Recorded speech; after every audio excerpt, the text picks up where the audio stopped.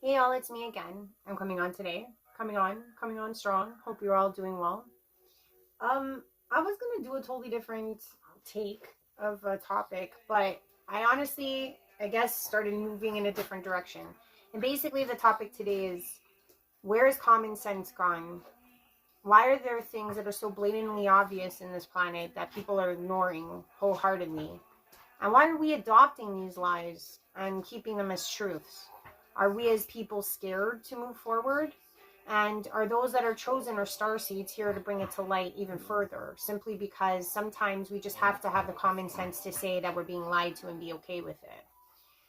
Now, how this all started for me was because I find that in my day to day that I'm always coming into contact with people that tell me things that I blatantly don't believe and I don't regard, simply because I've just done the research and I know better.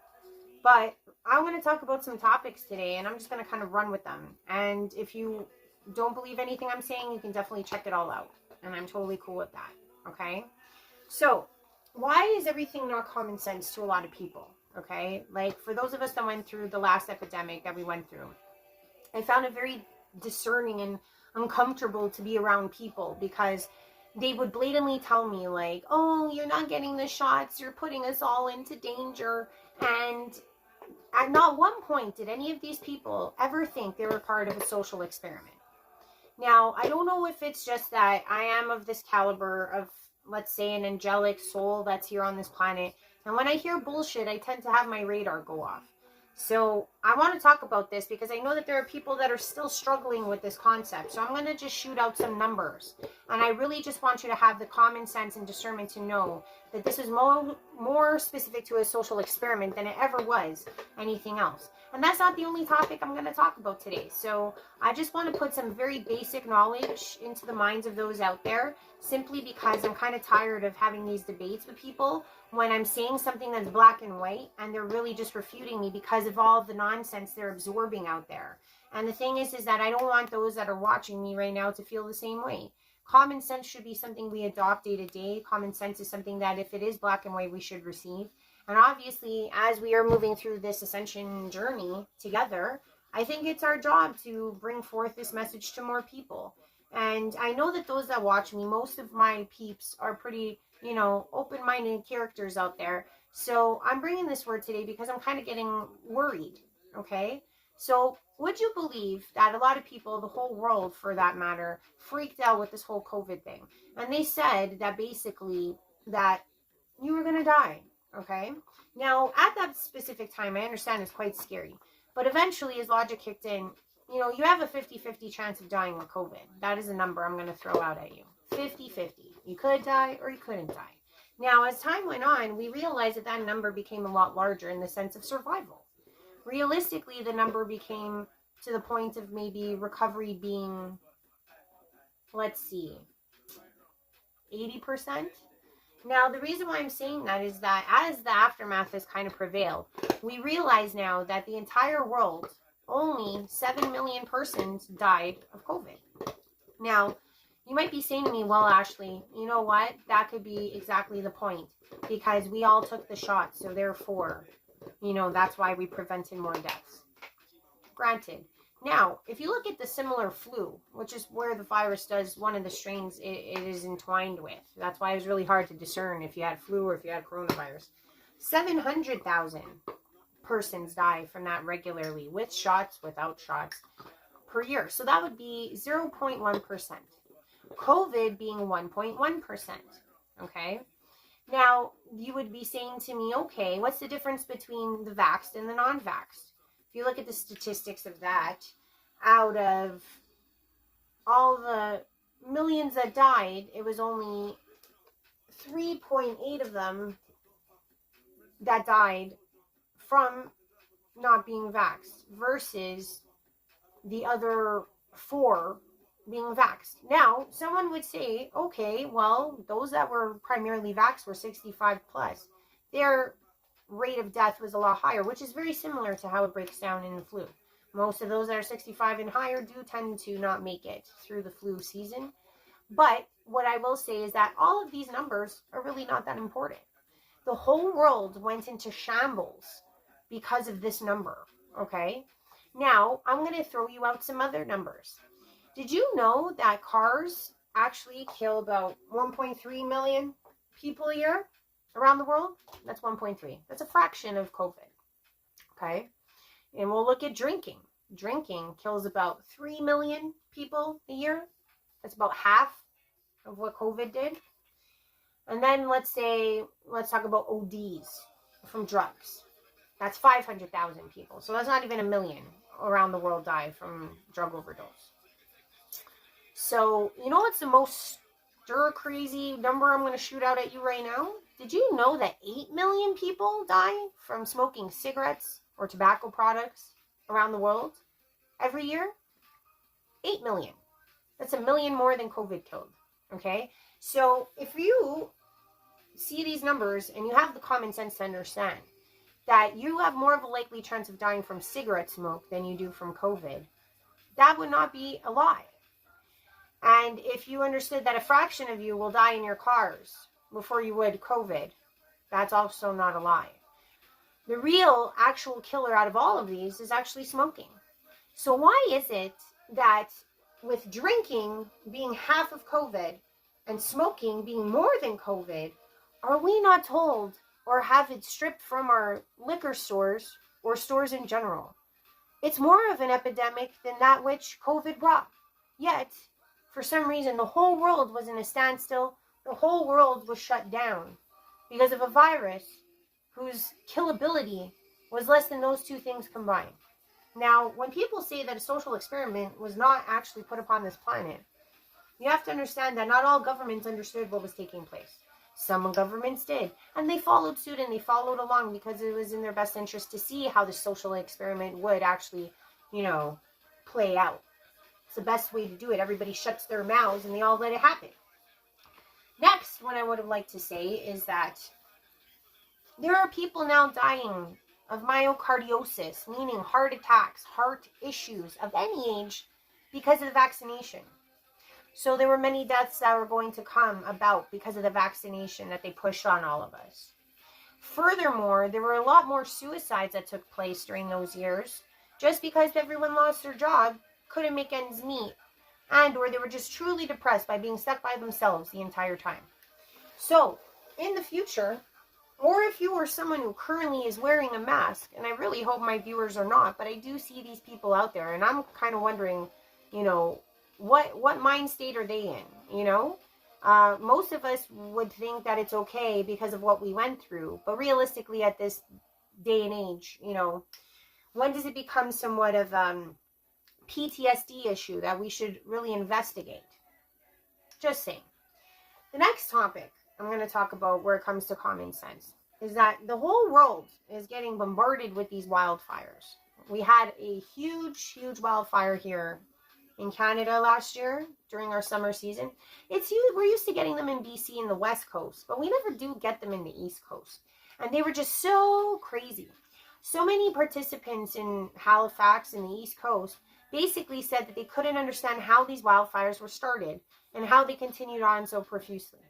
Now, we know of other wildfires that have taken place around the world, and currently there is a running theory that perhaps those that happened in Hawaii and Chile now, which I did speak about in a previous channeling I did maybe 4 or 5 months ago, where I spoke that Chile was the smart cities included in Chile were also targeted during those fires. And now I find that people are actually discussing this. So I'm quite happy about that. But these wildfires that people believe are started by these, let's say, larger energy emittent weapons may not be too far off. Now, what most people in Chile are now doing, they are painting their roofs blue as they realize that those Maui fires only hit places that were not painted blue, as they realized that the umbrellas that were sitting on the beach were blue and they were not hit as well. So those in Chile are now starting to realize as they get hit with these wildfires, which are pretty common in Chile, but the way they got decimated did not seem normal and natural. They're just following suit. Now, there is one thing I do want to bring up to any of those that do understand the admittance of light. I worked in light therapy for over 5 years, and what I will tell you is that why we perceive colors the way we do is because our eyes are basically reaching an emittance, or let's say it's a refraction that bounces off of another structure, which is also made of light. But our eye perceives it in the parameters of what we, as humans, deem it as the color blue. Let's say we called it Snuffleupagus color. That would just change the name of it, but technically we would still see the same color, okay?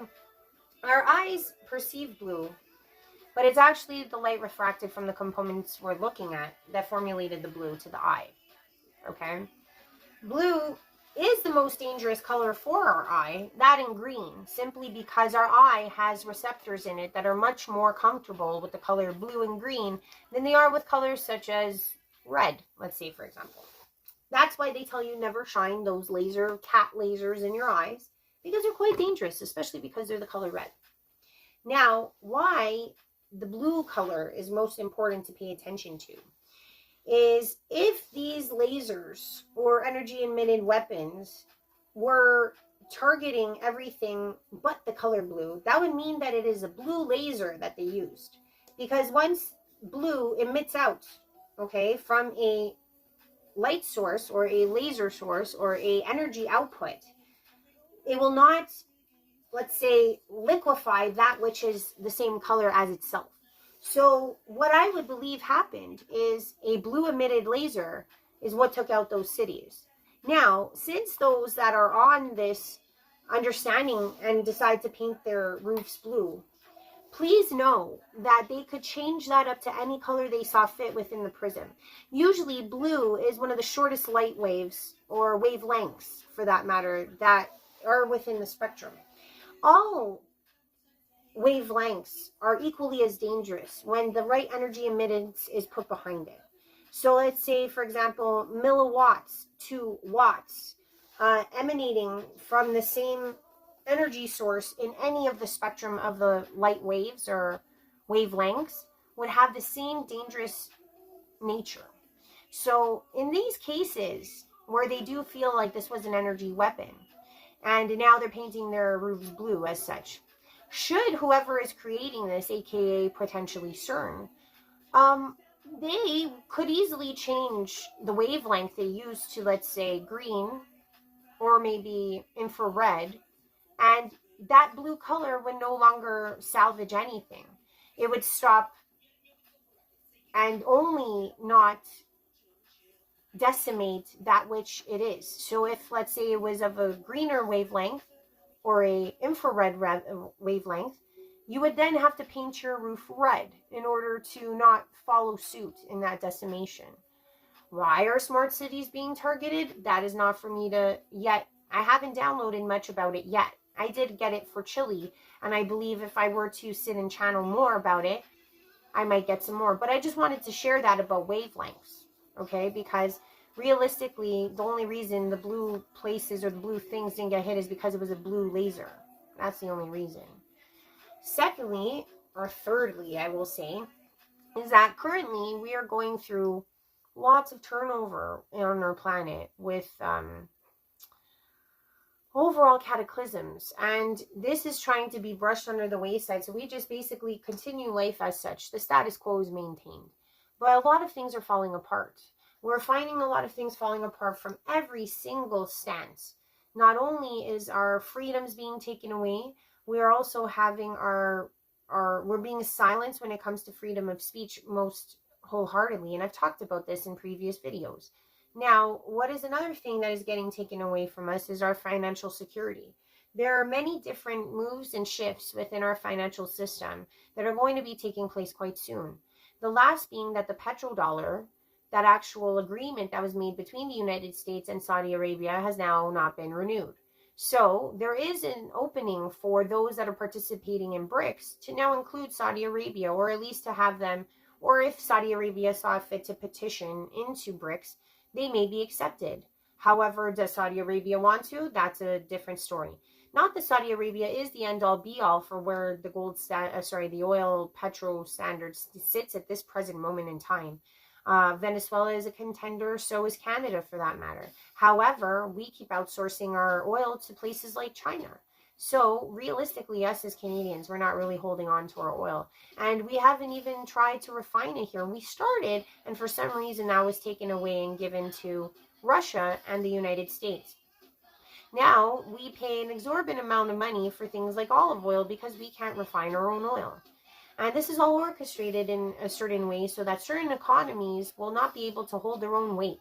And unfortunately, if the petrodollar is not kept up, you're going to see a huge shift in how many countries use the United States currency as their main denomination. And as we move through this time, there are so many different shifts in our existence that we are not looking at, that we just say, you know what? Let's just keep going. There's so many lies that we have been fed all through our existence, starting back to our own history. For example, Canada and the United States. There's so much proof that we were not conquered by Christopher Columbus only, several hundred years ago? In 1476? They say, I believe, was when he set sail. Yet, if anyone is interested, you can simply look up Mesopotamia, the Bronze Age, and Lake Superior, bronze, or copper for that matter.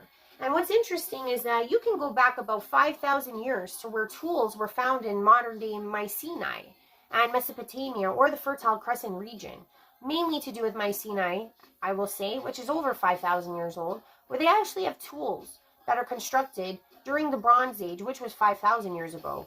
These particular tools have deposits of copper that stretch from Lake Superior here in Canada and the United States.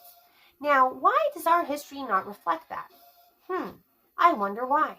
Realistically, the history that we are fed is something that has been devised in the last couple hundred years.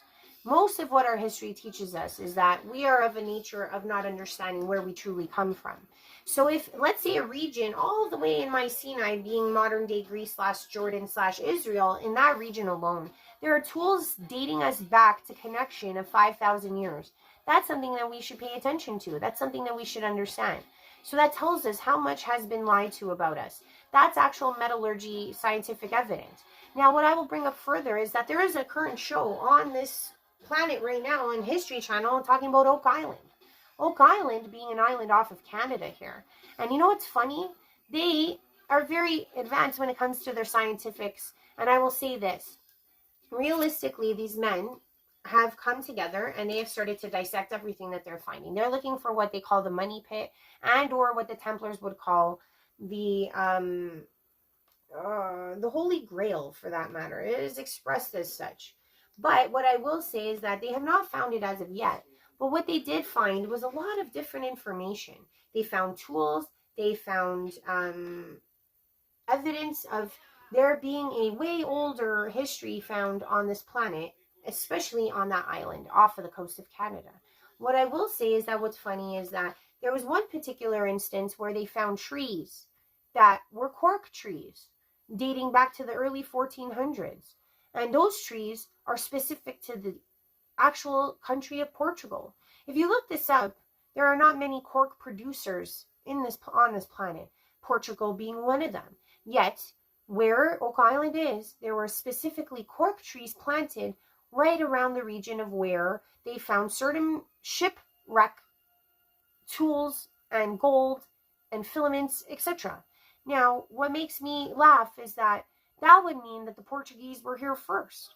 Not to say that Christopher Columbus was not of a coalition of Iberic nation and tradition, but he was never seen to be a Portuguese Templar.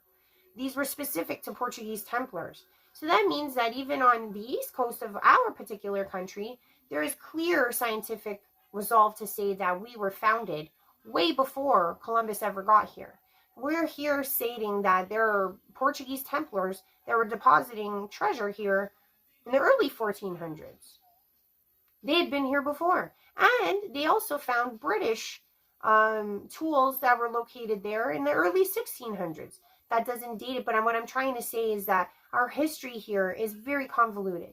If we have ancient Greeks coming here 5,000 years ago, and we have the Portuguese coming in the early 1400s, let's just scrap it and say that our history has a lot of potholes in it. Not to mention all the mud floods that we are now realizing, and all the world fairs that are just really pointing to a whole new area of understanding of an education that was taken away from us.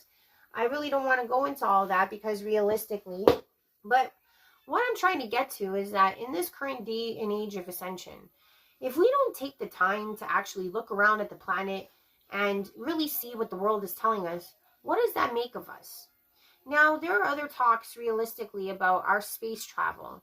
Now, many say that most of us never got to the moon, and then there are those that say that we did get to the moon. Personally, there is a point in time within ancient Greece, the Hellenistic age of ancient Greece to be exact, where certain writers speak of no moon in sight at that time. And what is interesting is that if there was no moon in ancient Greece, it makes us wonder, when did the moon actually show up? Now, I personally don't want to talk about the moon that much, but what I will say is that why is there so much controversy as if we have never even gotten there? Some say we have got there. Some say we have landed certain robots on that planet, and we've actually cultivated and understood much of the moon. And then we have people like Buzz Aldrin, who is an astronaut that supposedly went to the moon, stating in videos that we never went to the moon and we never will. Program that speak of many, many wars and fights between alien species that take place on the moon. And that there are humans on the moon, but they're located and they're also from a future time. So the thing is that, and if you do want to look this up, just go to Coast to Coast. I've been listening to Coast to Coast since I was 14 years old. Before it was on Gaia, by the way. It used to be on AM radio. And I used to listen to many, many, many of those of the Secret Space Program, speaking about how there was many, many fights and wars that took place on the moon. Simply the reason why humans did very well is because they could levitate and do certain things that other beings that were held by the gravitational pull of the moon, as per the humans, were not, because we were not orchestrated or created that way to actually have issues with that levity on that planet or orb or whatever. I personally think it's a base with a construct in front that is a reflector, much so like the second moon of Saturn is not really truly a moon, and I think that is a base as well. But this is just my popular idea and feeling. And then personally, the reason why I say this is because a person very near and dear to my heart has explicitly told me that they are being held there. One that should be on this planet is being held there right now. I will not disclose that information because it is not for me to disclose. But that is why I have connected and channeled a being who showed up here in 1969, may have been here for much more time, but then currently now is being held on the second moon of Saturn. So there are many things going on in our space. They tell us that aliens do not exist here. However, we have had many, many, many occurrences, not just here in Canada. The U.S. Government has disclosed that back when we were going through COVID. They said that the aliens are with us and they have found them and they've been with them and communicated with them. But you know what? Because COVID was just overshadowing everything, people didn't listen to that.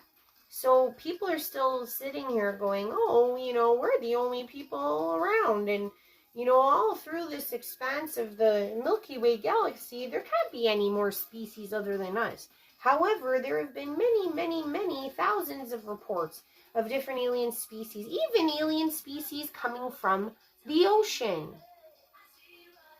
Explicitly, the Dogon tribe of Africa, who have made it their mission to basically explain that they were visited by these fish-like aliens that are explained about in Sumer, drawn in Sumer, and yet these of the Dogon tribe have also expressed that these particular aliens came from the Sirius constellation, A, B, and C. But specifically, I think it was Sirius B. Now, for those of you that don't know much about the Sirius constellation, it is very now talked about on Ancient Aliens, thank God. But this particular tribe was able to map out the Sirius constellation way before any of our telescopes managed to even locate the Sirius constellation with their telescopes. So we're talking about a tribe that has formally no technology, and we're talking has folklore and or scripture or their own version of writing or documentation describing these stars and saying where they were in the constellations before we, at our advanced stage of existence, could even locate. Now, why I say this whole water-based thing is happening is also because you have to understand that if there are aliens coming out of the water, or if there's UFOs coming out of the water, we don't know if they're aliens. They could be humans, for all we know. It just means that there might be bases, or there might be some form of civilization in our oceans that we're not aware of. And the reason why I bring this up is because the Dogon tribe also is very well known to do very well aquatically. Not as good as the Bajau people of the Philippines, who are known as the sea gypsies or the sea divers, but quite remarkably do very well underwater as well.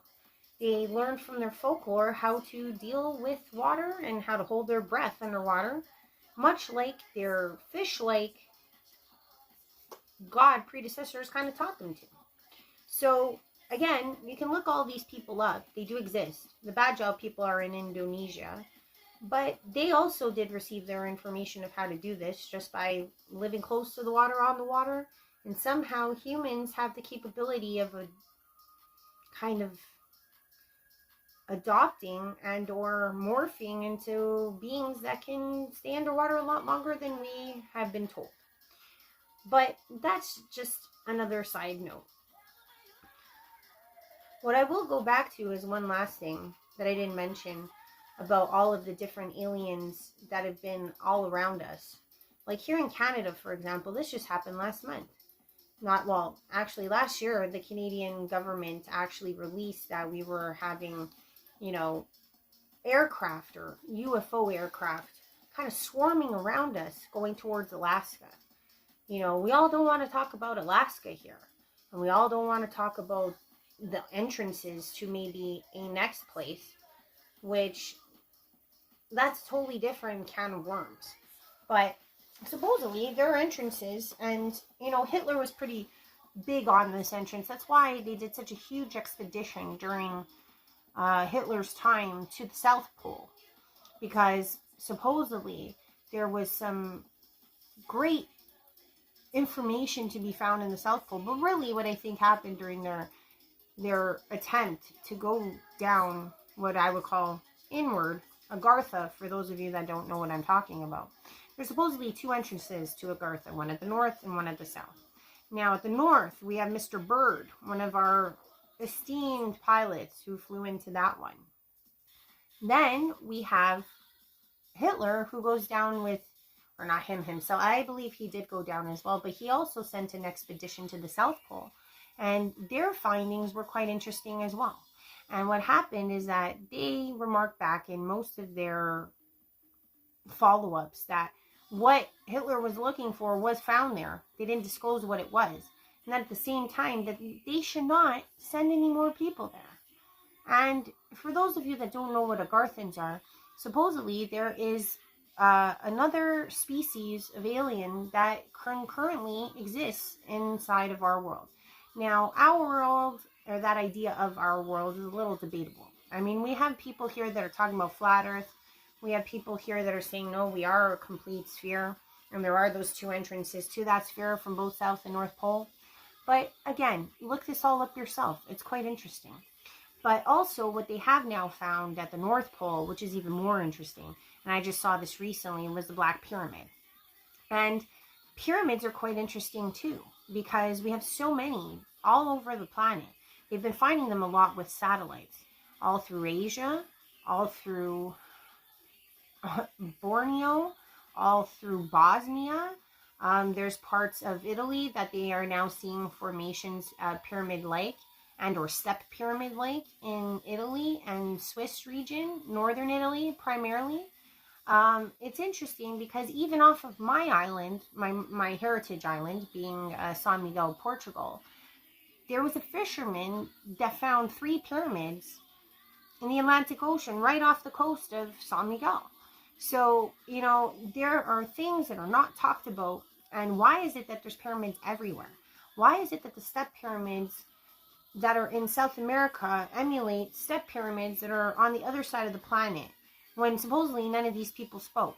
So there are so many things that we're not being told on this planet, and we should wake up to, because it is part of our history. And to see that everything is the way it is something that we need to really look at. So there's that. Also, what I will say about giants. Now, in this day and age, people think that giants are just folklore that we see, fee, fi, fo, fum, you smell the blood of an Englishman.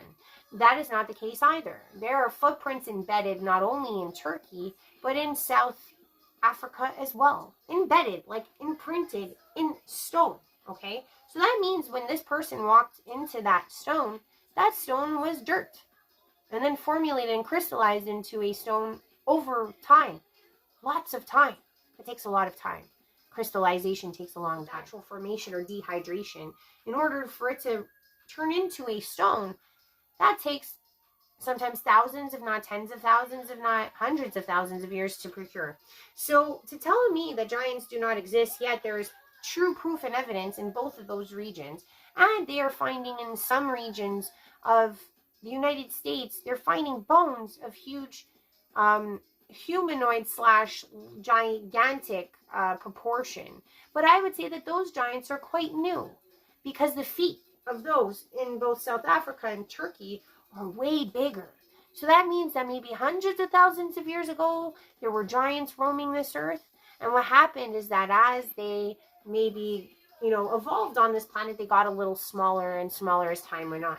And then eventually they were decimated and taken out as a populace. Now, we could always look at our old story about the Nephilim, and say that maybe it was around that time that, the deluge took them out, which would have been what some would characterize to 5,000 to 7,000 years ago. However, the one of Gilgamesh kind of puts it at 12,500. And I mean, that's dating it based on what humans have dated it as. Now, we could get a little confused because you could even go to the Sphinx that is sitting in Egypt right now. However, the head itself, which is a lot smaller, right? If you look at the body of a Sphinx, it actually does not look like the body of a cat at all. And if you actually date the head has been dated to have been carved of a Sphinx at the same time of 5,000 to 7,000 years. But the body is a lot older. The body is between 13 to 15,000 years old. So this is another point that I'm going to say, that there are many, many, many lies that are put on this planet about our own history. I could keep going for days on this, but I'm not going to bore you with all of that. The whole point is that if human beings don't wake up to the lies that they're being fed on a daily basis, we are never going to strive to a greater existence. The lies that even are fed within our religion. Now, for any of you out there that follow any religion, I'm not telling you to get out of your religion, but I'm asking you nicely, please stop listening to men or women that stand on altars describing that they are the only way to get to know Jesus or God. Jesus, when he walked this earth, sat with his people in circles on the ground with them. He never, ever, maybe sometimes he would stand on a mount just so that he could regard the people. But that was the only time he did that. If he was sitting in a circle with his disciples, he sat at the same table and he sat down with them. He did not go on an altar or a stage for that matter and lord himself over the people, especially when it was unnecessary. However, most people in this modern day and age, when they do want to regard people, always put themselves at a higher point of reference simply because that is an illusionary tactic that those that want to dominate have done in any form of tyranny and or of, let's just say, what's the word? Conquering tactic? Let's look at Hitler. Let's look at Constantine. Let's look at any of the Romans of their time. They were conquerors, correct? And they always tended to be on high. Even if you look at the old Egyptian pharaohs, they used to do this too. They wanted to give the illusion that byproduct of them being of some type of governance, and they were higher up, and they had a direct connection to God. That's how that all started. But realistically, when Yeshua, Jesus, walked this earth, he wanted to be with the people. The actual person who was directly connected to God didn't put himself on any platform whatsoever. So if you are part of a religion where a man or a woman stands on an altar higher than you and tells you that they are the only way to find God, that is a big, big lie. I want all of you as my brothers and sisters on this planet to know God is within you. You are the direct connection to God. And you have this direct connection to Yeshua, Jesus, at any time. You have to understand that the spark of God is within you. You do not need a man or woman to tell you how to connect to that which is within you. So if this person is taking your money, if this person is telling you that they are of God, I would honestly tell you that that is true in the sense that we are all of God. But it is a lie when they tell you that they are the only way to God. Yeshua, Jesus, is the only way. Well, not the only way, one of the major ways. He is one of the only ones that came to do it with our actual interest in mind, okay? Didn't stand to gain anything else, didn't want to gain anything else. And if you were following those in religion who are telling you that they are of God and that they are higher up, like, no offense, the Pope, like, no offense, most of these pastors I see.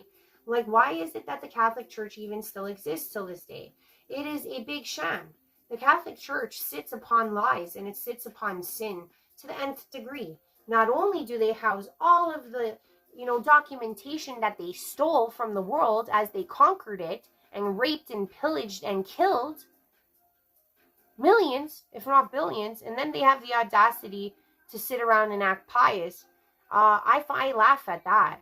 But at the same time, it's like to say that they are the actual bringers of light on this planet while they take money from people and say, oh, you will find salvation through me, is a big lie. You can never find salvation through a person directly. You can only find salvation through Christ. So if you are doing this, where you take your power, give it to a man who then brings it to Christ, you've already diluted the whole connection. So what I say to you, brothers and sisters, if you are going to church or to, regard any type of religion, do it for community. Don't do it for salvation. Because you, to Yeshua, to Jesus, is the only connection you need. You are that connection. You can connect to Yeshua at any time. You can connect to Jesus right now. You don't need a man or a church to do so. So please know that as we live this life, don't be bamboozled by what the government tells you. I would say that remarkably, for most of our history, they're liars. Okay? We are literally being fed bullcrap and bullshit every day. We're being told that wars are okay. Like right now, there are millions, if not more than millions, suffering within Gaza, starving to death, and people are allowing it. You know why? Because some other human told them it was okay? It's not. You know what has to happen, and it's so simple to make this all stop? Human beings, let's say the Israelis right now, could just put their guns down and walk away. Truly. They're in so much fear of these people, yet these people are starving and dying. What threat are they to you right now? So, are you, the Israeli people, just being puppeted by those right now telling you that this is the right thing to do? That this land is worth killing all these people for? The same as it is in Russia. The same as it was in World War II. The same as it was in World War I. It is all just rich men trying to make, and women, trying to make money. Do you know that there is genocide all through Africa right now that doesn't get talked about simply because maybe perhaps the color of their skin, which is even more sad and demoralizing and disgusting, but it doesn't take away from it happening. And yet, this continues. Why? Because people believe that wars make sense. It's not. It doesn't. It never will. So if you are someone who feels, and I do feel for all of the veterans out there who were a part of these wars previously, I would love to know if any of you listened to me, and if any of you knew why you were where you were, or what you were defending. Because now that the aftermath has fallen, do you feel that you really did defend against what you did your job? I'm not saying nothing. I'm not saying anything about the veterans out there, because they did the job they were supposed to do. They were supposed to go out there and protect. They were taking their missions and their orders from those within their hierarchy. And they did and executed what they needed to execute. However, aftermath, the PTSD that ensued, all the people that were not even on the ground, that could have even been drone pilots, that were just killing and being told to shoot at buildings for whatever reason or whatever order. I would really love to know if you truly feel like all of it was worth it at the end. Do you really feel like it was the right agenda? Do you think that you were part of an agenda? Does any of this make sense in a world where we are trying to evolve? We need to come together as people, first and foremost, against these powers that be, that keep trying to bamboozle us into bullshit like getting a vaccine, like telling us that we are in need of having cameras everywhere. CCTC has taken over in some parts of our world. Not only do we not need cameras, look at our own phones. They listen to us. They tell us what to buy because of listening to us. They can find us at any point in time because of these things that we hold in our hands right now. Everybody's worried about the microchip. We're holding them willingly. We paid for this breach of security. So I'm not saying that I haven't either, but I'm not anyone of true importance at this time yet. But I will say that we don't need to get a microchip. We're walking around with them every day. And yet, it isn't all persons, it isn't all places and all things. Not everyone owns a cell phone. But I would say it's a huge denomination that do. Huge population that does. And why would they even have to scare us with a chip? We're willingly walking around with them now. We're willing around getting rid of our bank cards, so we do everything digitally, so that eventually money will have no worth. And what will happen is that eventually it'll just be by those that oversee denominations to control what is in our bank accounts.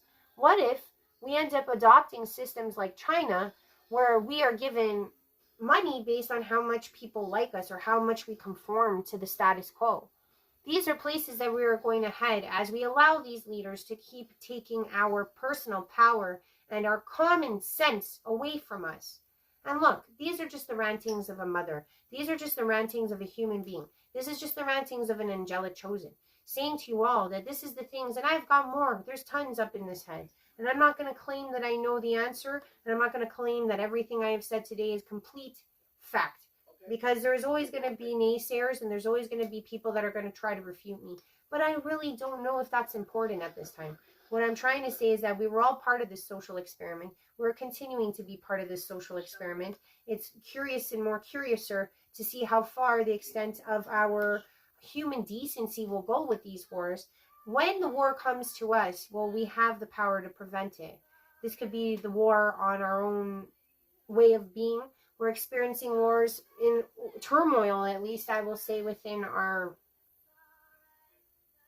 genetic makeup, let's say. We're experiencing wars with race. We're experiencing wars with our religion. We're experiencing wars within our sexuality. We're experiencing wars. All these things are designed to break us up. All of these things are designed to just make us argue with each other, so we don't start asking the bigger questions, so we don't actually go looking for the information or listening. You know that right now, I'll tell you this much right now, most of you may like me, right? But then there's always going to be some of you that are like, I'm not going to listen to a woman talk. And you know why? Because you were raised to think that men are the superior of the sexes, and that's totally cool. It has nothing to do with superiority in my understanding. I see a lot of men out there talking and bashing women, and some of them even claiming to be chosen. And what makes me laugh is that if you see these chosens talking about how women are, you know, the devil and this and this and that, what I will say is that, yes, it is hard to be a man out there. I'm not going to lie. Did you know that the suicide rate is maybe double to 75% more in men than it is in women? Now, some could say, you know, does that mean that men are more mentally weak? Does it mean that they have less to live for than women do? Maybe it's because most of us are mothers and we will live for our children more than men will? Or is it because they don't have focus? Or is it because they feel like, you know, they didn't reach the expectations that are put upon them, which are so far reaching? Like, I can honestly say a lot of women out there just look, and I'm not giving any credence to my own kind, because I see these videos where these gold digger videos, they're so disgusting. Like, these women literally look pathetic, where it's like a guy with a Lambo shows up, and then the girl doesn't want to talk to him because she thinks he's a cross-guard walker, or because he looks kind of raggedy and not the best looking. But then the minute he touches the Lambo, all of a sudden these women are like, oh my God, take me for a ride. It's so pathetic. Because realistically, he's still that scrub getting into a Lambo. He's still that guy. You know, the fact that you're lured by a fancy trinket or toy says a lot about you. And it's a real disgrace to our kind, because there are a lot of women out there that would not be, you know, there are a lot of women that would see these shiny things or these shiny purses or whatever. And I honestly don't excuse their behavior. I think it's quite pathetic. Okay? But what I will say is that, at least from the men out there that are bashing women out there, I will say two things to you. If you are struggling with the opposite sex, I will say, this is something that I have seen in my own life over and over and over again. I think that I'm a quite good-looking woman. However, in my life, I've always been the friend. Guys always put me in the friend zone. And rightfully so, because I am quite cerebral and because I also don't put up with a lot of bullshit. And at the same time, I'm maybe what people call too nice. I'm the nice girl. Now, where this becomes confusing is that all men say is that, oh, you know, women always go for the bad guy and women always go for the rich guy. And the same works for you guys on your end, okay? Because what I will say in my experience, and I mean, I grew up as a tomboy. I was surrounded by men 24/7, okay? I grew up with men since I was a kid. I mean, boys, since I was a kid. And then they turned into men and I was always the friend. So I saw a lot of shady shit in my time. And what I will say about all of the guys that I've interacted with, and I'm not saying this is all men, but it's a big grouping of you, is that you guys don't go for the caliber that you're worth. Like, if we could look at it from a scale of 1 to 10, let's say look-wise, okay? Now, let's take all the money aside, because obviously money, for some reason, bamboozles and baffles women to either, you know, go after them because of that factor. But realistically, look-wise, that's a big thing, or sexual attraction, etc. If you are a man who is a 5 in looks, and you have the confidence of a 10, you're deluded because you still don't look like a 10, but you think you're a 10. And I will say this, I'll give you credit, guys, because a lot of you are 5s who think you're 10s, and a lot of 10 women think they're 5s. It's a little backward. And a lot of 5 women also, they're trying to upsell themselves a little more because they got makeup and they got everything else to hide with. But what I will tell you, men, is that if you are a 5 going after a 10, and you do this repeatedly and you get shot down, okay, it's because you're a 5 going after a 10. Stay within your realm of acceptance. Be realistic, okay? If you're getting angry at all the women out there because they seem like bitches to you, maybe it's because you're going out after self-absorbed bitches that are in, let's say, a high sexual preference of rating, okay, for example. I even see this Chosen, who's a decent-looking guy, who keeps talking about this, and I'm just like, buddy, like, just stop going after the bitches and you will stop having this problem. And then I see this with other men, and it seems to be perpetuated that women are the devil. But you want to know something? I don't know what caliber I am. I would say I'm between a 6 and an 8. I mean, I am a lot older. In my prime, I put myself around, you know, the 7, 8, 9 realm, because I was a hot tamale and a hot commodity back then. And it's not to say in my age group I'm not now, but I don't put on the makeup and I don't put on the fakeness. And that seems to be what bamboozles men a lot. You know what I mean? Like, you should see what these women look like without any of this. Like, I literally wear no makeup. This is who I am. I got no filter on. And what I can honestly say is that I think I'm a decent looking woman. But I always got snubbed for these, like, fake ass bitches out there that had the fake boobs, which weren't really fake. They were just padded bras, or they were fake breasts. Lots of makeup, probably, you know, several millimeters thick. And, you know, guys always say, oh, I like the natural. That's a crock of shit too. Because if that was the case, I would have been sought after a lot after all. But the real truth was that a lot of guys just wanted to go for the glitz and the glamour, the big boobs and the big ass. Didn't matter. We used to call them butter faces. You would do everything butter face. And the thing is that a lot of these guys out there that I see are having a lot of stress and are under a lot of issues mentally and emotionally because they're not measuring up to what society's telling them. What I will tell you is go down in caliber or find women that are more authentic, that are not full of themselves. If you see them with a Fendi or with a Gucci or a Versace anything, and that's all they wear, most likely, if you're not some rich ass fuck, you're not going to get it in. You're not going to get anywhere with this broad. And then you're going to condemn the rest of us that don't give a shit about all that. You don't care about us. You don't care about the good women out there. All you care about are those stuck-up bitches that wouldn't give anybody the time of day unless they had a Rolex on and they were driving a Lambo. So please understand that there is so much lies being fed all across the board, and it's really getting me very agitated as I go through this existent journey, because I genuinely want to say to you guys, how are we ever going to get along if we can't even get along on the simplicities of life?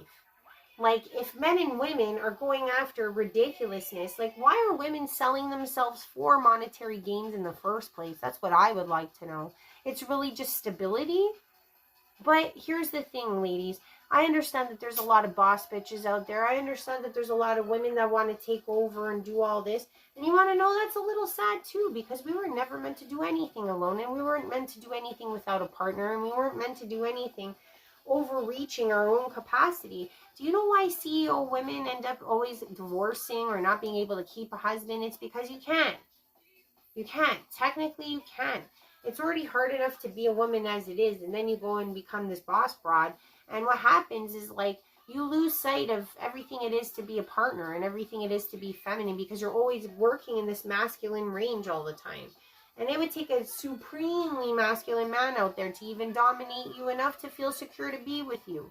So if you're out there, running the world, and you think you're going to find a man who wants to run the world with you, that is true to some degree if they want to be the hot commodity of that hot couple.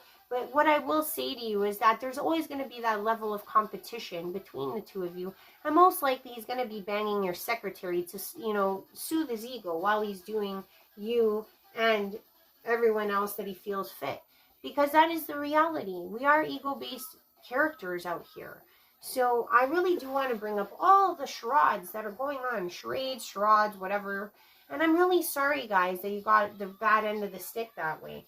Because women have been raped and persecuted and villainized since the beginning of Adam and Eve, and that story all came out. And you know who wrote that story? A man. And why did a man write it? Because you guys are so fucking scared of us, because you want us in some sexual capacity, and you know that we have that control, or seemingly have that control. And it's not a bad thing to have.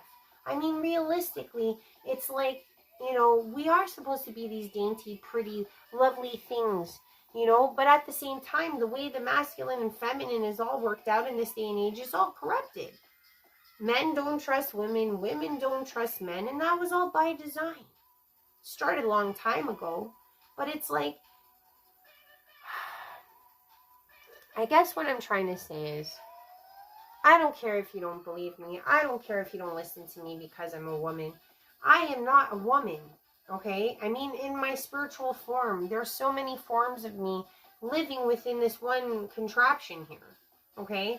And realistically, I could care less what suit I came in this time around. I wanted to experience a woman's experience. That's all it was. That's all it is for you guys, too. You just genuinely wanted to experience. Maybe I wanted to be a mother this time around in this incarnation, okay? But realistically, the suit doesn't matter. Yes, do we tap into feminine qualities maybe a little easier than men do? Sure.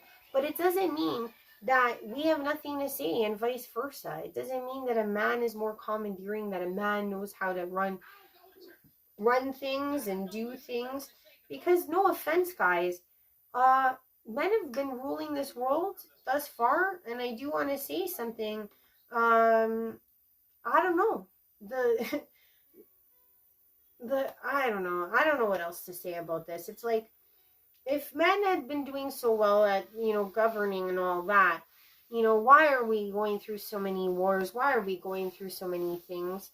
It may just be that it's not meant for one sex or the other to rule completely. Maybe it's meant for a group or a team, or as was said by some of the philosophers, that it would be this elite philosopher grouping that would oversee the world or oversee government. But that never took place. It's always one person, like one lowly person at the top of these millions, if not billions of people. I mean, in the case of, like, let's say China, it's one man with these billion people. This doesn't make sense. It should be one person to every, let's say, 100,000. Like, there should never be this one at the head. That makes no sense at all. All it does is commandeer a savage in the powerhouse. Like, if these would be savages that end up at the top. simply because they're so power hungry. And then do we get mad at them for being power hungry? We gave them 1 billion people to oversee and control, supposedly. And then you wonder, oh, are they good of heart? Was anything measured when these people got into power? We got voted in by people, but no offense, what do people know? And that's what I'm talking about right here. We got bamboozled through all of these things that I'm talking about. Can we really trust our own kind to make these decisions? I wouldn't say so. I think if you want to be a leader, you should be put to a lie detector test of some sort and go through some type of challenges to even become, and I'm not talking about voting, I'm talking about real challenges, ethical challenges, all kinds of challenges to decipher if this person is actually legitimately a good person. Should that not be the prerequisite for any authority or leader in this world? I really want all of us to raise. I really want all of us to make things make sense. And if the things I've said make some sense to you, and yet you fell into the pitfalls of them, that's fine too. Because only through listening and growing do we ever get anywhere. So if you think that anything I've said makes sense, and you will admit that maybe you see things a little differently now, I'm glad. That's all I wanted to say. I didn't mean to hurt anybody's feelings. I don't think men or women are better than themselves. I do think that you find God within you, and I don't think we need to find it through some superior person. And I also feel like all this other bullcrap that we were fed with wildfires, COVID, the petrodollar, our system in its existence, it can all change, and it all starts with us. Because realistically, all it takes is one person to say, no, I don't believe in this. I don't want to follow this. I want to follow what's true to me. And I want to follow what I think is right for everyone. That's all it takes.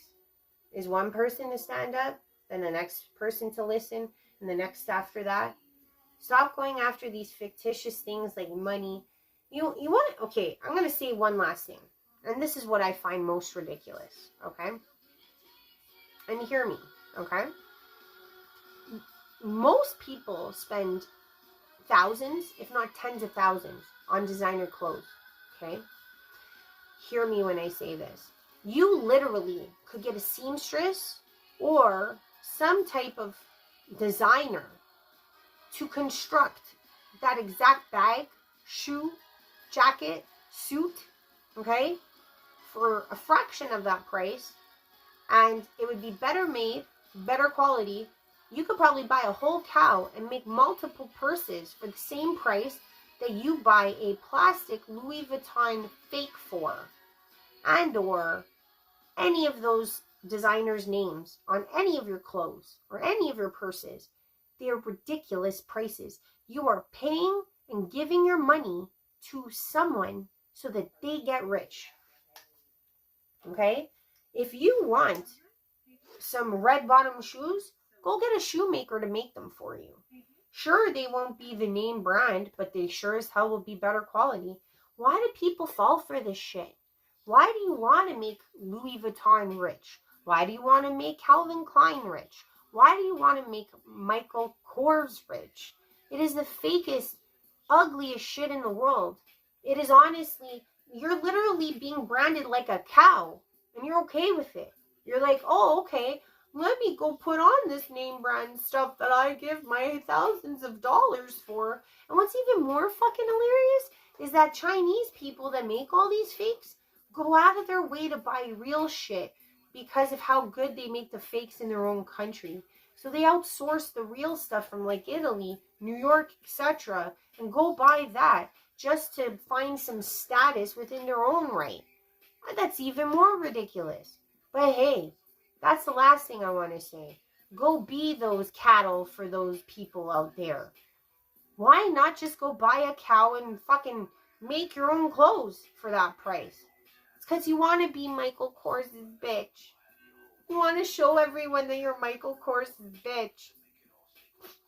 And I use these derogatory terms simply because you're selling your fucking self out for a name brand to go make someone else rich. How ridiculous are we? This status. You literally could have an Italian handbag maker make you the exact same bag and put the stupid name on it, and no one would know. and you would still have that stupid status you want, and no one would know. Why has no one thought of that? If it's that important to you all, why are you giving this money to these people? It's like beyond me. $21,000 for a fucking purse. Are you kidding me? You know how many fucking starving people there are around the world in your own community, and you're giving $21,000 to some jackass so they can make money? Please explain this to me. I've never understood it. Yeah, sure, I might buy Reebok shoes, or I might buy Nike shoes, or whatever the case may be, but that's seriously just because they're on sale in Winners. I will never give names. I would never go out of my way to spend hard-earned money, thousands upon thousands of dollars, to that particular company when I could just do the same myself for a fraction of the price. So I leave you with that, because I have never understood this. It is so far beyond my understanding of common sense that I just don't understand why the rest of the world doesn't see things this way. And I don't know if that's why us Chosens or us Starseeds are put on this planet to say, hello, knock, knock, anybody home? But I feel like that's what we're here for. So this is a rant of a Chosen going off on the edge of nowhere, because I really feel like somebody's got to tell us. Somebody's got to say it. This is all fucking ridiculous shit. When are we going to wake up? When are we going to realize the power is within us? When do we take it back? When do we say enough is enough? I hope this message found you well. Love you all lots. I may lose a lot of you. I may gain some followers. I don't freaking know. But I know it's about time that we do something about this bullshit. And I love you. I love you wholeheartedly.